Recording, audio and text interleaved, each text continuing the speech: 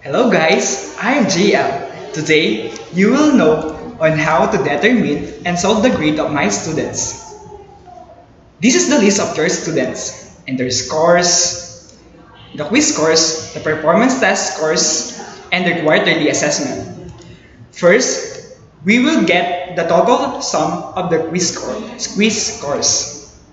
We must type equal sign, the word sum, the open parenthesis, then choose the cells that you want to add together and put a close parenthesis and we press enter.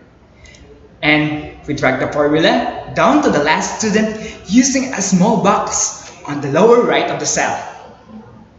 And to get the percentage of the scores, we type the equal sign, the open parenthesis, the cell of the total score, the slash sign, then press the cell of this total score and add the dollar sign between the letter and the number, close parenthesis. And then the asterisk, type 100 and enter.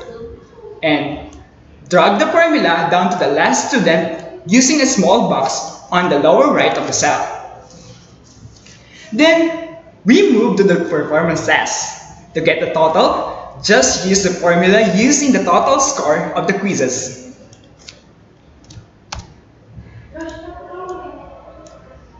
And to get the percentage, we just have to do the same thing.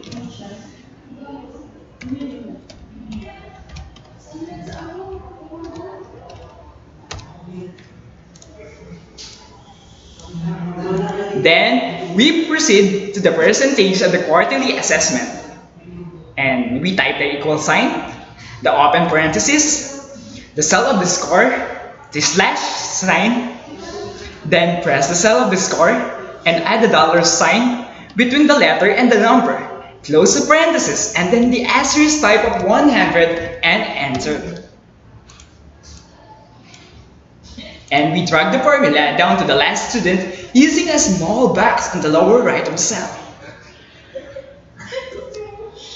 For the raw grade, we type the equal sign, then the open parenthesis, cell of the percentage of the quizzes, the asterisk, then the weight of the written works, close the parenthesis, and last sign, open parenthesis, cell of the percentage of the performance test, the asterisk, then the weight of the performance test, close the parenthesis, plus sign, open parenthesis, and the cell of the percentage.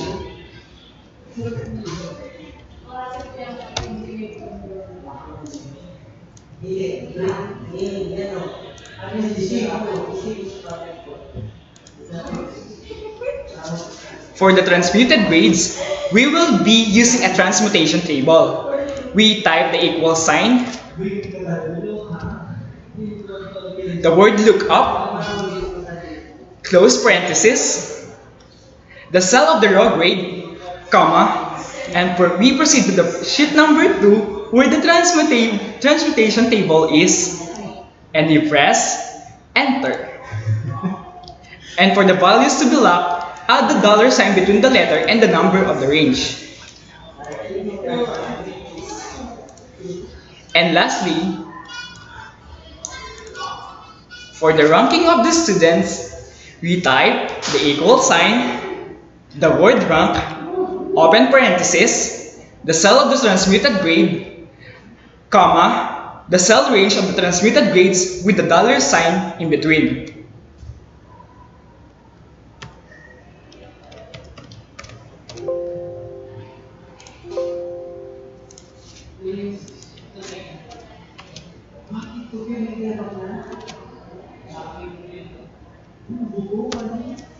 And that's it! We have a rank now, and thank you for watching my tutorial. Goodbye!